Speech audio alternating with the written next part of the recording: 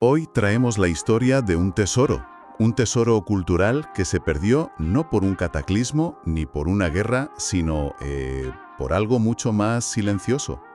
Y casi más frustrante, la inacción. Totalmente. Es la crónica de cómo una farmacia histórica en Cartagena, que era de verdad mucho más que un despacho de medicinas, pues desapareció de la ciudad. Es que estamos hablando de un lugar que durante más de un siglo y medio fue literalmente el corazón intelectual, político y hasta sentimental de la ciudad. Y su historia nos obliga a preguntarnos qué valor le damos a nuestro patrimonio. Para analizar este caso nos vamos a apoyar en dos fuentes muy interesantes. La primera es un estudio muy pormenorizado sobre la historia de esta farmacia, la Botica Picó, y su controvertido traslado. Y la segunda es una tesis doctoral que es una pasada porque utiliza una tecnología increíble para reconstruir el paisaje urbano que la rodeaba. Así que nuestra misión hoy es entender qué fue exactamente este lugar, por qué Cartagena lo perdió y sobre todo qué nos enseña esta historia sobre la memoria y el olvido. Y sobre cómo los edificios y los objetos no son solo materia inerte. Son testigos, son contenedores de memoria social, de debates, de recuerdos personales. Vamos, que el caso de esta botica es un ejemplo perfecto y doloroso de todo lo que se pierde cuando se rompe ese vínculo. Pues si te parece, empecemos por el principio, por el nacimiento de este lugar. La farmacia se funda en 1856. Ajá. Su creador es Eduardo Picó y Bres. Pero el detalle que a mí me parece fascinante es dónde decide construirla. A ver. Sobre el solar de un antiguo convento, el de Santo Domingo, que acababa de ser demolido. Esto no puede ser casualidad. No, en absoluto. Es una declaración de intenciones en toda regla. Hay que pensar en el contexto, en la España de mediados del 19. Plena desamortización. Exacto. El Estado expropiando bienes a la Iglesia. Demoler un convento para construir en su lugar una farmacia es un acto de un simbolismo potentísimo. Es como si estuvieran diciendo, donde antes había fe y tradición, ahora va a haber ciencia y progreso. Exactamente. Es el reemplazo físico e ideológico de una estructura del antiguo régimen por una nueva institución de la burguesía liberal. La ciencia, el comercio, se instalan en el centro neurálgico de la ciudad, ocupando el espacio que antes era de la religión. O sea que desde el primer día esta farmacia nace con una vocación de ser el centro de algo más que vender remedios. Totalmente. Y el fundador, Eduardo Picó, parece que encarnaba a la perfección ese espíritu. Por lo que cuentan las fuentes, no era un simple boticario. Para nada. Era una figura de una influencia enorme en la Cartagena de la época. Un intelectual, un político, un hombre de negocios con un prestigio, tremendo. Y fue él quien tuvo la visión de convertir su farmacia en algo más. No se conformó con tener un negocio próspero. Y aquí es donde entra en juego un concepto que me parece clave, la rebotica. Yo siempre había pensado que era simplemente la trastienda, el almacén. Que es lo que era tradicionalmente, el laboratorio privado, el lugar donde se guardaban los ingredientes, un espacio funcional y cerrado al público. Pero Picó le da la vuelta por completo a eso. Completamente. Transforma deliberadamente su rebotica en lo que una de las fuentes define como el eje intelectual y político de la ciudad. Espera. ¿Me estás diciendo que la trastienda de una farmacia era el verdadero centro de poder de Cartagena? Suena a novela de Galdós, ¿verdad? Sí. Pues así era. Se convirtió en un salón de tertulias, un club privado para la élite liberal. Allí se reunían políticos, artistas, escritores, militares. Tienes que imaginar la escena, entre morteros y probetas, debatiendo el futuro de la ciudad. Y conspirando, y creando cultura. De hecho, fue la sede de una sociedad literaria y política muy conocida entonces, que se llamaba la Compañía de los Burros. Un nombre curioso, desde luego. Las fuentes no entran en detalles concretos de las conversaciones, pero sí describen el ambiente. Era el epicentro del liberalismo cartagenero. Lo crucial es entender cómo un espacio privado se convierte en el ágora pública de facto. Y claro, todo el mobiliario que alberga esas conversaciones se va cargando de historia. Se convierte en un testigo material de toda una época. Exacto. Y ese mobiliario, por lo que he leído, era una obra de arte en sí mismo, ¿no? No hablamos de 4 estanterías. Para nada. Era un conjunto espectacular, encargado a propósito en 1856. El elemento principal era una estructura de estanterías y mostradores de madera tallada en un estilo neogótico. Muy de la época. Muy de la época, sí. Un estilo que buscaba evocar un pasado glorioso, de prestigio, pero aplicado a un templo de la ciencia. Ya solo eso es una declaración. Y además de la madera, había más cosas, ¿verdad? Sí, el conjunto era muy completo. Con el tiempo se añadió un lienzo en el techo, una alegoría de la farmacia, atribuida a un pintor italiano, Annibale Minocci, de principios del 20. Vale. Estaba también toda la colección de Botamen original, los albarelos de cerámica, los frascos de vidrio soplado, pero quizá el objeto más curioso y el que más conectaba con la gente era una báscula. Una simple báscula de farmacia. Puede parecer un detalle menor, pero una de las fuentes subraya su importancia. Menciona explícitamente que muchísimos cartageneros de varias generaciones conservaban el recuerdo personal de haberse pesado en esa báscula. Ah, claro. Los padres llevaban a los niños allí a pesarse. Claro, de repente el lugar deja de ser solo un monumento a la historia del siglo XIX y se convierte en parte de la biografía de miles de personas. Ahí está la clave. Ese objeto, la báscula, es el puente que conecta la gran historia, la de los debates políticos y el mobiliario neogótico, con la memoria afectiva, la cotidiana, la de la comunidad.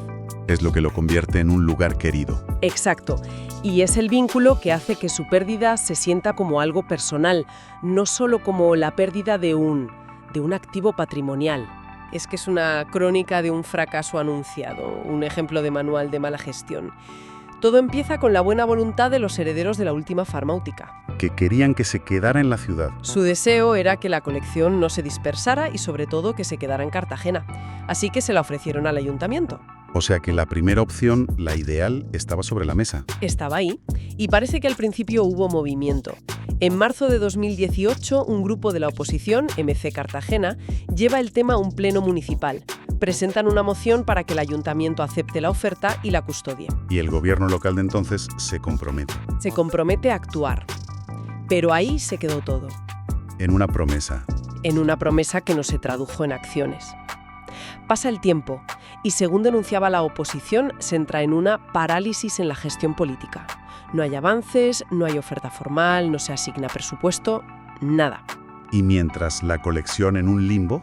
Y aquí descubrimos la raíz de todo el desastre, que la farmacia y su mobiliario no tenían la protección legal que merecían.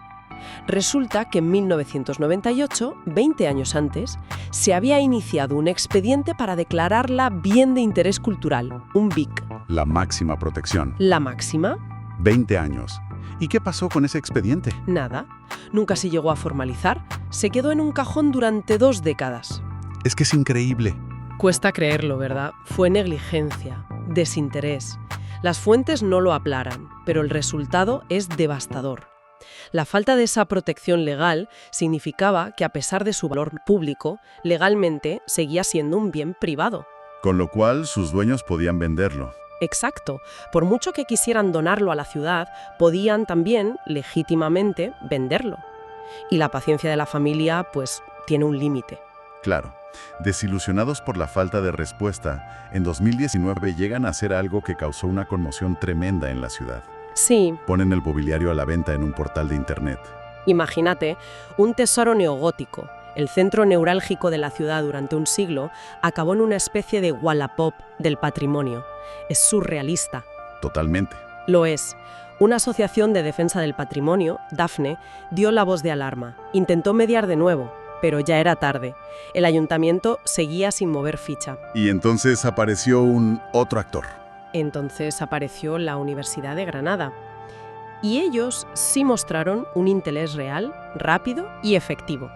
En 2020, los herederos formalizaron la donación, o una venta a precio simbólico, a la UGR. Y a principios de 2021 llegó la imagen que nadie en Cartagena quería ver. La imagen del desmontaje. Las fotos de los operarios embalando las maderas, los frascos, el lienzo del techo, y metiéndolo todo en un camión rumbo a Granada. La prensa local lo calificó, de forma muy gráfica, de destierro. A ver, pero quiero hacer un poco de abogado del diablo. Si la Universidad de Granada lo ha restaurado perfectamente, lo exhibe y lo usa para enseñar, ¿no es un final mucho mejor que haberlo dejado cogiendo polvo en un almacén municipal en Cartagena? Es una pregunta muy pertinente, y es el núcleo del debate. Porque parecía el destino más probable. Sí. Y a ver, técnicamente, la conservación del objeto está más que garantizada. La UGR ha hecho un trabajo impecable. Desde ese punto de vista, la colección se ha salvado. Pero lo que se ha perdido de forma irreparable es el contexto. Claro. Se ha roto el vínculo orgánico con el lugar, la calle y la comunidad que le dieron sentido durante 165 años. Es la diferencia entre conservar una pieza de museo y conservar un patrimonio vivo en su lugar de origen. Justo. Por eso la palabra destierro que usó la prensa es tan acertada. No es un término técnico, es un término moral. Refleja la percepción de una pérdida que va mucho más allá de lo material.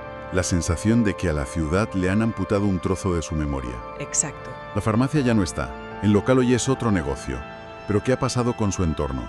¿Qué queda de esa calle mayor, de esa calle del Carmen?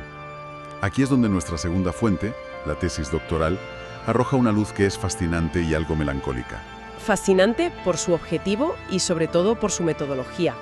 El objetivo era reconstruir digitalmente el paisaje arquitectónico de la calle del Carmen en los años 20. Una época de gran esplendor para Cartagena. Muchísimo. Impulsada por la minería, la industria. Coincide con la edad de oro de la farmacia. ¿Y cómo se reconstruye una calle de hace un siglo? Aquí es donde la tecnología se vuelve protagonista. La autora combinó la investigación de archivo clásica, revisar licencias de obra, buscar planos originales, con una técnica de vanguardia. Un escaneo láser 3D de todas las fachadas actuales de la calle. Un escaneo láser, como en las películas de ciencia ficción. Básicamente, un dispositivo emite millones de puntos de luz que rebotan en las superficies y vuelven, midiendo la distancia con una precisión milimétrica. El resultado es una nube de puntos, una réplica virtual tridimensional perfecta de la calle tal y como es hoy. Y sobre esa base reconstruye lo que ya no está. Exacto. Usando los planos y fotos antiguas, pudo reconstruir los edificios desaparecidos. Es como crear un fantasma digital de la calle. Y al hacer eso, al comparar la calle de 1920 con la de ahora, ¿cuál fue la conclusión? Pues el resultado es demoledor y conecta directamente con la pérdida de la farmacia. La tesis concluye que de todos los edificios que existían en esa calle en la época de estudio, hoy solo queda en pie aproximadamente un 31%. Menos de un tercio. Es una barbaridad. Lo es. Y la tesis identifica a los grandes arquitectos modernistas y eclécticos que dieron forma a esa calle, como Víctor Beltrí o Tomás Rico. Nos recuerda la increíble riqueza arquitectónica que rodeaba a la Botica. Y que en su mayoría se ha perdido. Se ha perdido. Demolidos en las últimas décadas para construir bloques de viviendas más funcionales, más rentables. Entonces, lo que nos estás diciendo es que la pérdida de la farmacia no es un hecho aislado. Es quizá la pérdida más dolorosa y simbólica, pero forma parte de un proceso mucho más amplio. Exacto, es la punta del iceberg. La farmacia es el caso más visible porque era un interior completo, pero la tesis nos permite ver todo lo demás que se ha perdido, fachada a fachada. La tecnología no pudo salvar la materia, pero sí la memoria. De alguna forma sí, documenta digitalmente un paisaje que ya no existe, permitiéndonos caminar virtualmente por una calle que ya solo vive en los archivos y en estas nubes de puntos. En resumen, la historia de la Botica Picó es la de un lugar que trascendió su función para convertirse en un centro de poder, un salón cultural y finalmente un ancla en la memoria de miles de ciudadanos. Y su destierro, aunque garantice la supervivencia física de sus muebles, se ha convertido en un caso de estudio sobre el fracaso de la gestión del patrimonio a nivel local. Nos enseña que la protección de un bien cultural no solo depende de su valor, sino de la voluntad política y de la agilidad.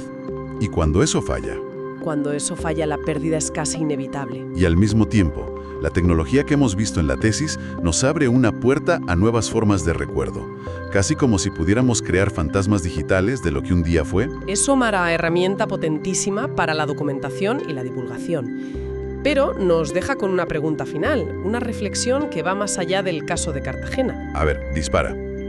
En este mundo donde ya podemos crear réplicas digitales perfectas, donde podemos reconstruir virtualmente con una precisión asombrosa lo que ha sido demolido, ¿cambia esto nuestra obligación de proteger los originales físicos? Es una buena pregunta. ¿Puede un archivo digital, por muy inmersivo que sea, sustituir la experiencia de estar frente al objeto real, de tocar la madera centenaria, de oler el pasado en el lugar para el que fue creado?